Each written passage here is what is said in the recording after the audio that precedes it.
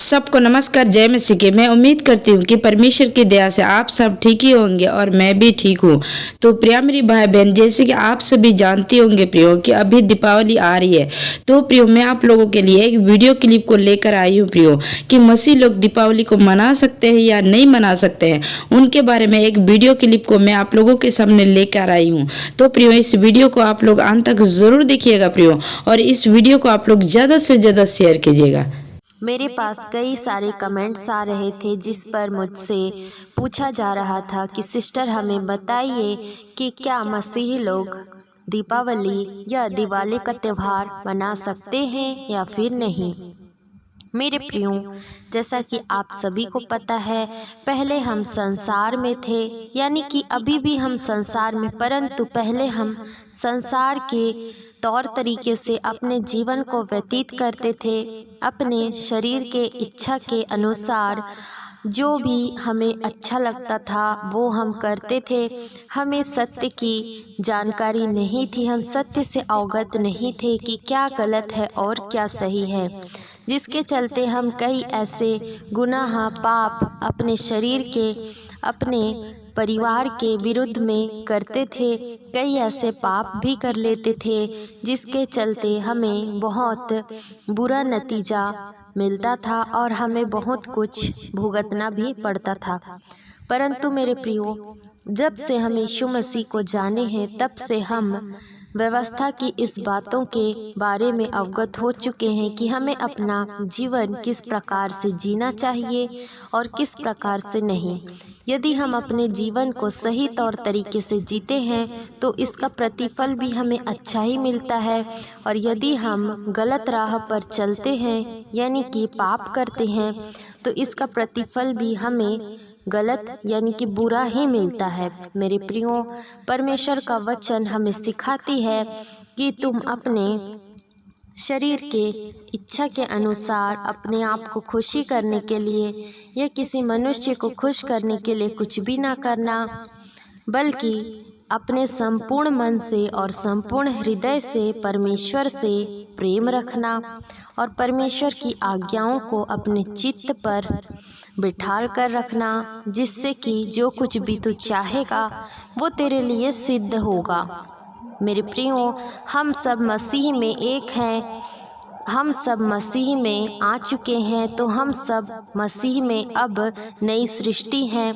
पुरानी जितनी भी बातें थी वो सब कुछ बीत चुकी है। मेरे प्रियो, दीपावली का जो त्यौहार है, ये त्यौहार जश्न के रूप में मनाया जाता है। घर घर में दीप ज्योत या फिर दीपक दिया, कई रंग बिरंगे लाइट्स भी जलाए जाते हैं ताकि घर उजाला से भर जाए और चारों तरफ रोशनी हो। परंतु मेरे प्रियो, परमेश्वर का वचन हमें बताती है, जब हम देखते हैं मत्ती रचित सुसमाचार अध्याय 5 का 14वां वचन, यहाँ पर लिखा है, तुम जगत की ज्योति हो। जो नगर पहाड़ पर बसा हुआ है वह छिप नहीं सकता। हालेलुया।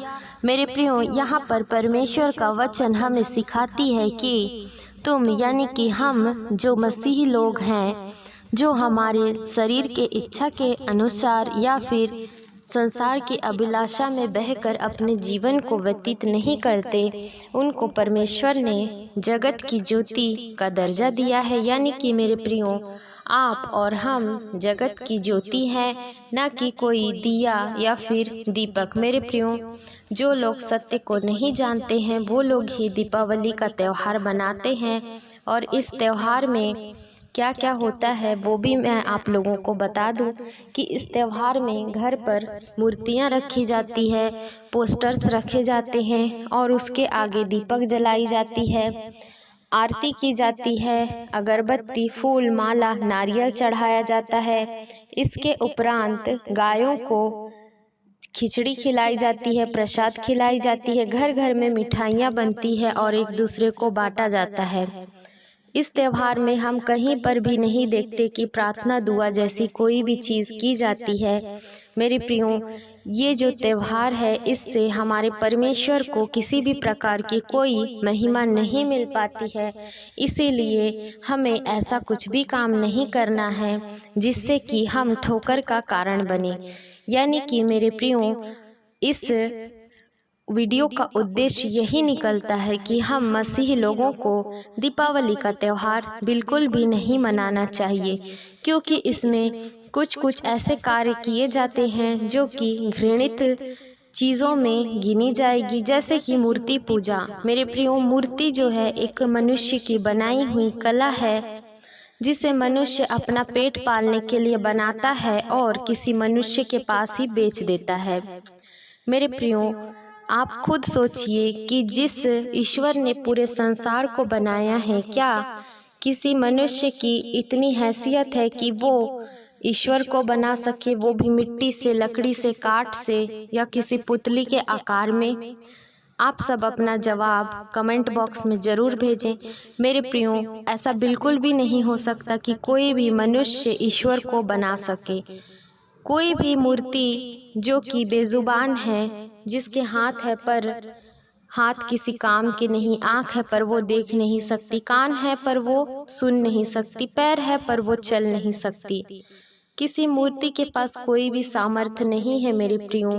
परंतु इस त्यौहार में मनुष्य जाति जो है अपने खुशी के लिए और बहुत ज़्यादा उत्साह में आकर और कई बुजुर्गों के द्वारा चल रही परंपराओं को देखते हुए इस त्यौहार को मनाती है। परंतु क्योंकि आप और हम व्यवस्था की पुस्तक को अब जान चुके हैं, हमें पता है कि क्या सही है और क्या गलत है। इसको जानने के बावजूद भी यदि आप दीपावली का त्यौहार बनाते हैं तो वो आपकी इच्छा है मेरे प्रियो, परंतु इसका प्रतिफल आपको न्याय के दिनों में भुगतना पड़ सकता है। इसलिए दीपावली का त्यौहार ना मनाएं, सिर्फ और सिर्फ परमेश्वर से प्रार्थना करें, दुआ करें। मसीह भाई बहन होने के नाते संसारिक लोगों के लिए भी प्रार्थना दुआ करें। उनके त्योहारों में सम्मिलित ना होएं, बल्कि उन्हें अपने प्रार्थना भवन में, अपनी आराधना में सम्मिलित करें। ऐसा करने से प्रभु आपको आशीष देंगे और आपके द्वारा कई आत्माएं बचाई जाएंगी। हालेलुया।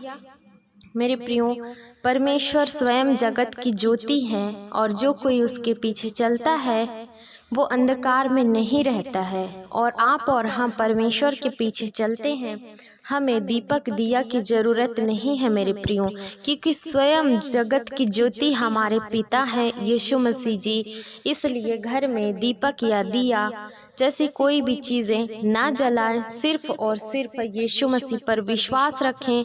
यीशु मसीह आपके जीवन में अपनी महिमा को प्रकट करेंगे और आपकी हर एक ज़रूरतों को, मनोकामना को पूरी करेंगे।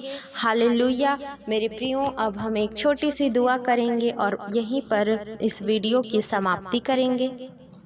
धन्यवाद यीशु, हालेलुया। धन्यवाद के साथ प्रभु आपके चरणों के निकटतम आते हैं। जितने भाइयों और बहनों ने प्रभु जी इस वीडियो को सुना है यूट्यूब के माध्यम से, खुदा आप पर विश्वास करते हैं, आपके संतान हैं प्रभु, सत्य से अवगत नहीं थे। कई ऐसे हैं जो सत्य से अवगत थे पर उनके मन में कहीं ना कहीं कुछ डाउट्स थी। इस वजह से प्रभु जी उन्होंने आज इस वीडियो को देखा है और मेरे द्वारा प्रभु आपने इन भाइयों और बहनों से बोला और बातचीत किया। प्रभु इसके लिए हम आपका धन्यवाद करते हैं। आपके बच्चे हैं पिता, जो कुछ भी इनकी ज़रूरतें हैं आप उन्हें पूरा करिए। हर एक दुखों से, कष्टों से, मुसीबत से, दुष्ट के शैतान की हर एक योजना से बचा कर और संभाल कर रखिए। हम आपका धन्यवाद करते हैं। हर एक इन भाइयों और बहनों को आपके लहू में छुपाते हैं, आपके हाथों में सौंपते हैं। हर एक की चिंता और बोझ को प्रभु आपके कंधों में ढा देते हैं। धन्यवाद करते हैं प्रभु जी, आपने प्रार्थना सुना। आज के वचनों के लिए भी प्रभु हम आपका धन्यवाद करते हैं। यीशु मसीह के सामर्थी नाम से इस प्रार्थना को हम मांग लेते हैं, आमीन।